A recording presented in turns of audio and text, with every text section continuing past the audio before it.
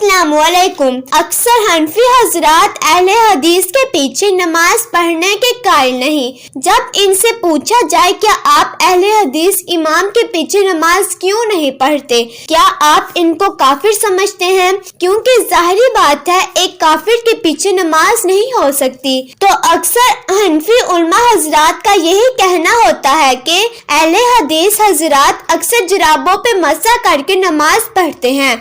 क्या जुराबों पे मसा करना जायज है या जुराबों या मौजों पर मसा करने के हनफी हजरात कायल नहीं? अगर कायल हैं तो किस हद तक? इसको जानने के लिए हम आपको इंजीनियर मोहम्मद अली मिर्जा साहब की वीडियो की तरफ लिए चलते हैं। फिर जामिया तिर्मिज़ी के अंदर आपको एक पूरा चैप्टर मिलेगा जोराबैन पे मसा। अब ये क्या कहते हैं मौजे चमड़े के होने चाहिए, चमड़े के होने चाहिए। वो चमड़े वाली हदीसें लादा है, जुराबों वाली लादा है। जोरब तो लफ्ज़ ही अरबी का है, आप जाके अरबी डिक्शनरी में लिखे जोरब कहते हैं कपड़े या ऊन का ऐसी चीज जो पांव पे पहनी जाती है। चमड़े की होनी जरूरी नहीं है। अलबत्ता इमाम तिर्मिज़ी लिखा है कि वो जुराब मोटी होनी चाहिए जिससे जिस्म बाहर नहीं ढलके। हमारी जितनी जुराबें मोटी होती हैं, बड़ी जुराब तो हमको पहनते हैं, वो औरतें गर्मियों में शायद कोई पहनती है जिसमें जिस्म नजर आता है, क्योंकि असल मकसद तो यह है ना कि जिस्म ढांपा जाए। जो मुस्लिम शरीफ में हदीस है कुर्बे क़यामत में औरतें ऐसा लिबास पहनेंगी कि जिस्म नंगी नजर आएंगी। तो जिस्म ढांपना होता है ना मकसद, पाँव की सर्दी ढांपने का मकसद है ना कि आप मोटी जुराबी पहने। तो हमारी जुराबें जितनी होती है ना चाइना की या पाकिस्तानी मोटी हैं, और इनके ऊपर अगर आप तरी वाला हाथ रखें ना तो पाँव गीले नहीं होते। ठंडक जरूर महसूस होती है लेकिन गीले नहीं होते, ठीक है। और तरी आपने वो भिगो के नहीं करनी होता है, वो पूरी सिर्फ गीला हाथ रखना है। इसकी हदीसें तिर्मिज़ी में लादा से हैं और इमाम तिर्मिज़ी ने इस हदीस को हसन सही भी कहा है। अगरचे हमारे नजदीक वो रवायत कमजोर है सुफियान सौरी की तदरीस की वजह से, लेकिन इमाम तिर्मिज़ी इस हदीस को सही समझते हैं। अलबत्ता हमारे पास मुसन्नफ इब्न अबी शैबा में 5 सहाबा से मौजूद है कि जुराबों पर मसा पे इजमा है सहाबा का। और आपको मजे की बात बताऊं, ये हदीस अबू दाऊद में भी आती है। जो देवबंदियों की अबू दाऊद है ना, उसमें उन्होंने ना लिख दिया है कि हम भी जुराबों के मसे के कायल हैं, लेकिन पब्लिक को कहानी वही कराई हुई है कि बगलों में बुत रख के आते थे, रफुल यदैन होता था। पब्लिक को जुराबों वाले को देख ले तो कोई जाहिल बंदा भी हो कहता है ना तो नहीं होता मसा, तो उसको पूछो भी किधर लिखा है, तो पता नहीं उन्होंने बुजुर्गों को सुना है। बुजुर्ग फरमाते हैं तो बुजुर्ग फरमा के लिख के टूट गए। और इमाम तिर्मिज़ी ने कमाल किया। इमाम तिर्मिज़ी रहमहुल्लाह ने इसके साथ एक वाकया लिखा है कि इमाम अबू हनीफा रहमहुल्लाह जिस मर्ज में फौत हुए, जामिया तिर्मिज़ी में जुराबों वाली, इमाम तिर्मिज़ी को पता था कि जुराबों और चमड़े के मौजों का जो फितना है वो इमाम हनीफा रहमहुल्लाह की वजह से खड़ा हुआ है। फितना से मुराद अरबी वाला फितना, पंजाबी वाला नहीं, आजमाइश की उम्मत में दो राय। तो इमाम तिर्मिज़ी ने वाकया लिखा है बाकायदा कि इमाम हनीफा जिस मर्ज में फौत हुए, मरने से 1 हफ्ता पहले उन्होंने अपने पाँव पे जुराबें चढ़ाई यही वाली, और फिर उन पे मसा किया और फरमाया कि मैंने आज वो काम किया जो आज से पहले कभी नहीं किया। यानी मैं कायल होता हूं इस बात का कि चमड़े के मौजों के अलावा इन जुराबों उन तक हदीसें बाद में पहुंची होंगी, लेकिन जो पिछले हैं ना उन तक आज तक भी उन तक पहुंच के वो तौबा भी कर चुके हैं। ये कहते हैं नहीं हज़रत थोड़ा रिव्यू करो, हो सकता है तुसी पहले ठीक ही क्या हो गए, क्योंकि तुसी जो फरमा देता हो तो चेंज हो ही नहीं सकता। नाऊज़ु बिल्लाह। ये प्रोटोकॉल तो नबी अलैहिस्सलाम का, मा दल्ला साहिबुकुम वमा गवा। तुम्हारे नबी ना कभी बहके हैं ना कभी बेरा चले। मुसीबत खड़ी की होती है वो बेचारे वो चमड़े के मौजे, अब जो लोग ऑफिस में काम करते हैं वो बेचारे कहते हैं कि क्या करें जनाब, हम 1 नंबर बड़ा बूट लें। चमड़े का मौजा पहनने के लिए तो आपको 1 नंबर बड़ा बूट लेना चाहिए, ठीक है जी। बड़ी मुसीबत इन्होंने लोग ली। मेरा भी पाँव मतलब सर्दियों में खराब हो जाते थे, मुझे तो अल्लाह का शुक्र है मैंने तो क्लिप भी, आप यूट्यूब पे मेरा क्लिप देखें जुराबों पर मसा और इमाम हनीफा का रुजू, उसमें मैंने बकायदा वो जेपीजीज में वो HD कैमरे में वो हदीसें दिखाई हैं। तो कभी इमाम हनीफा रुजू करके फौत हो चुके, तुसी उन जिंदा अल्लाह के बंदे हो, तुम्हारे बुजुर्ग जिनके ऊपर आपका तकिया था वो तौबा करके फौत हो चुके हैं, आप तो रुजू करो। लोगों को मुसीबत में डाला हुआ है। अब ऑफिस में लोग जॉब करते हैं तो वो कहते हैं अब चमड़े के मौजे लें तो 1 नंबर बड़ा बूट लेंगे, फिर गर्मियों में क्या करेंगे, गर्मियों के ज्यादा बूट लेंगे।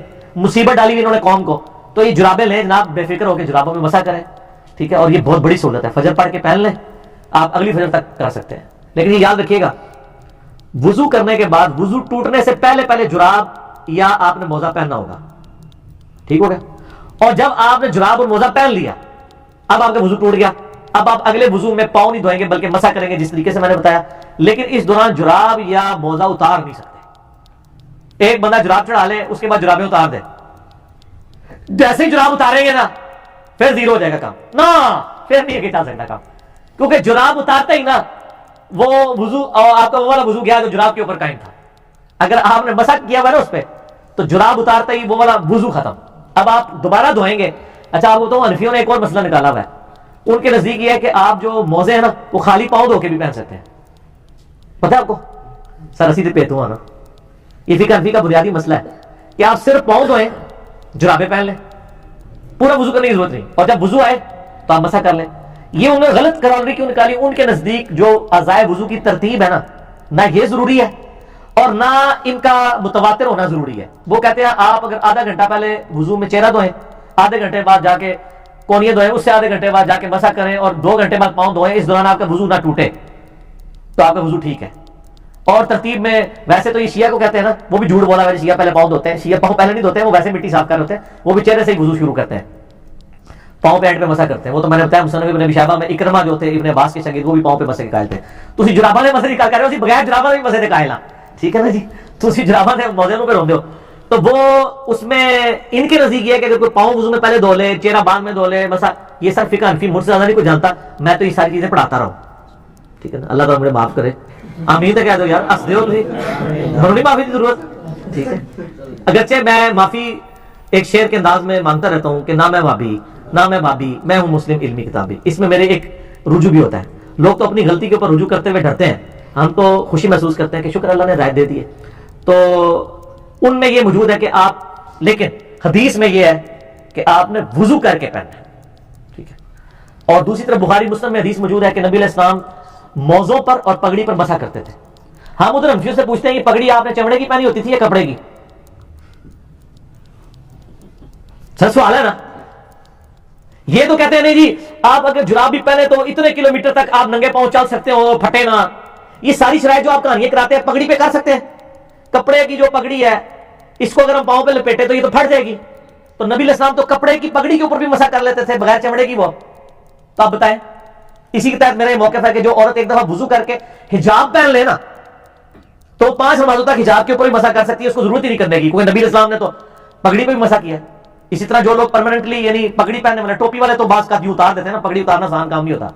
پگڑی جنہوں نے پہنی ہوتی ہے نا وہ پھر پہن ہی رکھتے ہیں پورا دن, وہ بار بار نہیں اتارتے. ٹوپی تو ہے نا, کبھی آیا گرمی میں سائڈ پہ رکھ دی, پگڑی تو نہیں اٹھائی ہے, تو پراپر باندھی جاتی ہے نا, تو پگڑی کے اوپر آپ مسح کر سکتے ہیں. سر پگڑی کپڑے کی ہو تو مسح ہو سکتا ہے, تو سر چمڑے کے موزوں, چمڑے کی تو نہیں ہوتی, کپڑے کے موزوں کے اوپر کیوں نہیں مسح ہو سکتا, اون کے موزوں کے اوپر کیوں نہیں ہو سکتا؟ امام ترمذی نے باقاعدہ لکھا ہے. اور ہم کہتے ہیں کہ موٹی ہو جرابیں, اور موٹی وہ آپ والی نہیں ہے. اب وہ کہتے ہیں اتنی موٹی ہوں کہ آپ اس کو پہن کے, یہ کوئی مان یہ خود انہوں نے کہانیاں کری ہیں. وہ کدے کیا مطلب تو جراب نہیں لبنی کہ اتنے کلومیٹر تسی پتلی زمین تے چلدے رہو پھٹن نہ, وہ تواڈے موزے بھی پھٹ جان گے, ٹھیک ہے نا. یہ کوئی شرط نہیں ہے. شریعت نے ایک آسانی دی تھی, آپ نے آسانی امت سے چھین لی ہے, آپ نے کہانیاں بنا دی ہیں. تو ہم آپ کو بڑی بات کرتے ہیں کہ امام ابن ابی شیبہ نے المصنف ابن ابی شیبہ میں ایک باب باندھا ہے پاؤں پہ مسح کرنے کا بیان, اور وہ اس میں کئی تابعین سے لے کے ہیں کہ وہ تو عام وضو میں بھی پاؤں کے اوپر ڈائریکٹ مسح کر لیتے تھے, چاہے کہ آپ جرابوں کا مسح نہیں مان رہے. اس میں سیدنا اکرمہ کے بارے میں آتا ہے, سیدنا حسن بصری کے بارے میں آتا ہے, صحیح سند کے ساتھ. ایون شیخ زبیری صحیح صاحب نے تو اکرمہ والا اثر بھی لکھا ہے الحدیث رسالے میں کہ وہ پاؤں پہ مسح کیا کرتے تھے, ٹھیک ہے.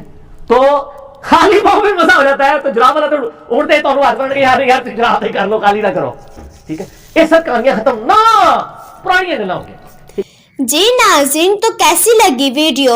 آپ کو پتہ تو چل ہی گیا ہوگا کہ جرابوں یا موزوں پر مسح کرنے سے وضو ہو جاتا ہے, اور یہ بھی آپ کو پتہ چل ہی گیا ہوگا کہ جرابوں اور پگڑی پر مسح کرنا نبی پاک صلی اللہ علیہ وآلہ وسلم کی سنت ہے.